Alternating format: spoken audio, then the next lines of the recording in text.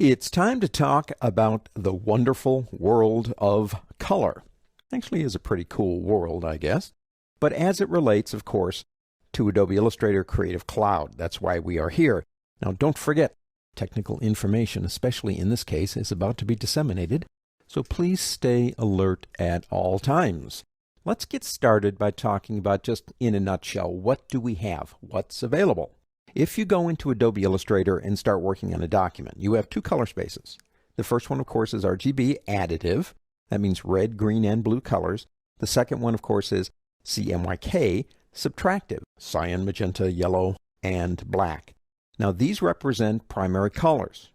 All the visible colors are derived from these prime colors, every single one of them. And in Adobe Illustrator, you have, well, about 16.7 million colors. Now, that can vary. It can go up and down, but that's the average image in Adobe Illustrator. What we're talking about now is a little bit on intent. Now, what is my intent for my image? And that's very important to understand. Stephen Covey had an expression, begin with the end in mind. And we should do that in Adobe Illustrator before we start on something, because it can cause problems down the road if we're not in the right color space. So, usage, for example, for RGB color space, the world of light. Okay, I call that the world of light. Number one, monitors, television sets, mobile devices, things like that. We are painting with light when we work in RGB.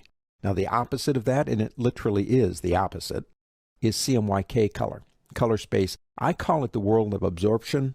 Some people call it the world of inks, and that's true. But everything in the world that's not on a monitor out there reflects color, okay, or actually reflects light waves.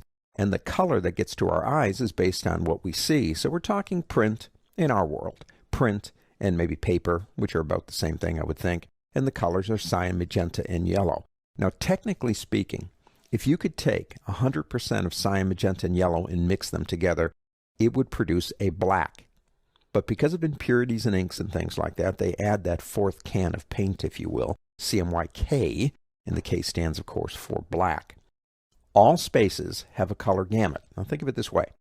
I have wide gamut RGB up there, sRGB and CMYK, and notice how they get smaller and smaller, and the CMYK one right here is actually quite small. Now, why is that? Well, when you're working in the world of color, and you're working subtractively, and that's CMYK, CMYK doesn't have the saturation capability of colors on a monitor. So what you need to realize when you're working, based on your intent, is that you might be seeing something on your monitor that might not actually be produced when you print. We'll talk about how you get around that. But everything has a gamut. I have an HP printer. I have a Canon printer. They have a different color range. If I had a $10 million Heidelberg press, it would have a different color range. A television has a different color range. A monitor has a different color range. The best thing to do in that situation when you're working is, of course, testing and checking things out. But let's talk just a little bit about subtractive color. It's just something I think that's kind of important to understand how it works. In subtractive color, let's pretend that that gray area down there is a mirror, and it's coated with silver. That is the most reflective metal we have on this planet, silver, and it's usually used to back a mirror. Now let's pretend the glass is perfect. There is no absorption in the glass. So it would, say from sunlight, which is trichromatic colors, red, green, and blue, it would reflect everything that hit it. If you get into something like maybe something a little bit grayer, say for example, as it gets darker, that's not a mirror anymore.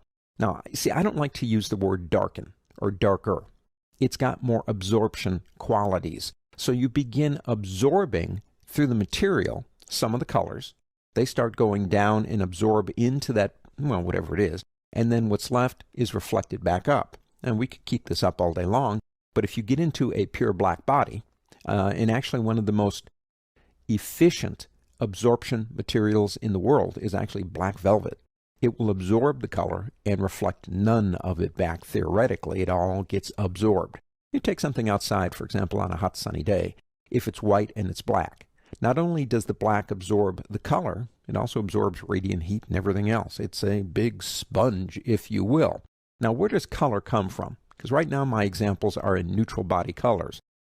For example, if you look at the color red, the reason you see red is because the green and the blue are absorbed by the material. We don't see red. Our mind sees red. What it really looks like, I guess in a sense we have no idea, because we're not really seeing objects. We're seeing the light that's reflecting off of them. And the reason we see color is different material absorbs different parts of the spectrum. I mean, that's kind of what it's all about. So what's the bottom line here? Well, it's kind of anticlimactic compared to what I just talked about. If you're working, say, for example, with an intent of going out to paper, print, etc., then you want CMYK color, which theoretically, when mixed together, produce a black, like in the center. If you are going out to monitors or television sets, Blackberries, iPhones, things like that, then you would stay in the RGB additive, which, since we're working with light, if you shine red, green, and blue totally together, they produce a white. RGB additive and CMYK subtractive are actually the exact opposites of each other on the color spectrum, but it's the intent that will determine which one you use.